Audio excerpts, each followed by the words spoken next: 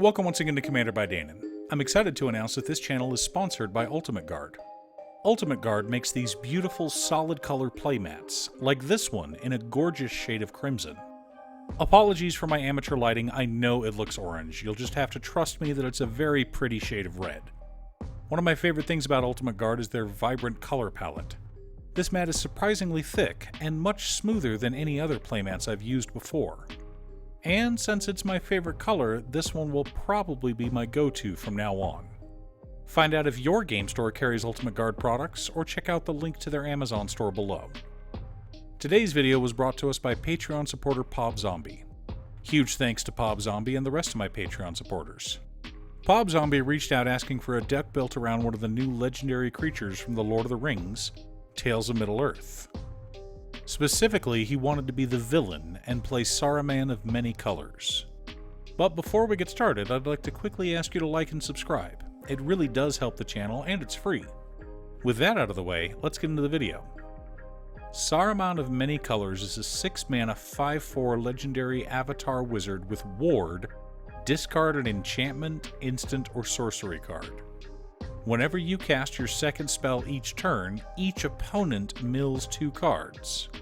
When one or more cards are milled this way, exile target enchantment, instant, or sorcery card with equal or lesser value than that spell from an opponent's graveyard. Copy the exiled card. You may cast the copy without paying its mana cost. That's a lot of text, but basically, Saruman wants us to mill our opponents so that we have targets we can go for in their graveyards. He also wants us to cast a lot of instants so that we can cast those spells on our opponent's turns and continuously mill and steal from them. And since we're in Esper, we should consider being as evil as possible. But before we get to our deck list, we should keep in mind our checklist. 50 mana sources, usually split between 37 lands and 13 pieces of ramp, 10 pieces of card advantage, 8 to 10 pieces of spot removal, 2 to 3 board wipes, 2 pieces of graveyard hate, and 1 sudden I win card. Command Tower, Exotic Orchard, Dromar's Cavern, Flooded Strand, Polluted Delta, Marsh Flats, Arid Mesa, Scalding Tarn, Verdant Catacombs, Rafine's Tower, Hallowed Fountain, Watery Grave, Godless Shrine, Sea of Clouds, Morphic Pool, Vault of Champions, Deserted Beach, Shipwreck Marsh, Shattered Sanctum, Razortide Bridge, Mistfault Bridge, Goldmire Bridge, Ancient Den, Seat of the Synod, Vault of Whispers, Darksteel Citadel, Mystic Sanctuary, Bajuka Bog, Reliquary Tower, 2 plains, 3 islands, and 2 swamps. Why so many artifact lands? Well, you see, Unwinding Clock should answer that question. We've also got Soul Ring, Arcane Signet, Talisman of Progress, Talisman of Dominance, Talisman of Hierarchy, Azorius Signet, Dimir Signet, Orzhov Signet, Chromatic Lantern, Decanter of Endless Water, Dramatic Reversal, Isochron Scepter, Dark Ritual, and Smothering Tithe as mana ramp. Drown in Dreams, Brainstorm, Vampiric Tutor, Mystical Tutor, Enlightened Tutor, Frantic Search, Factor Fiction, Blue Sun's Zenith, Consider, Rhystic Study, and Pull from Tomorrow.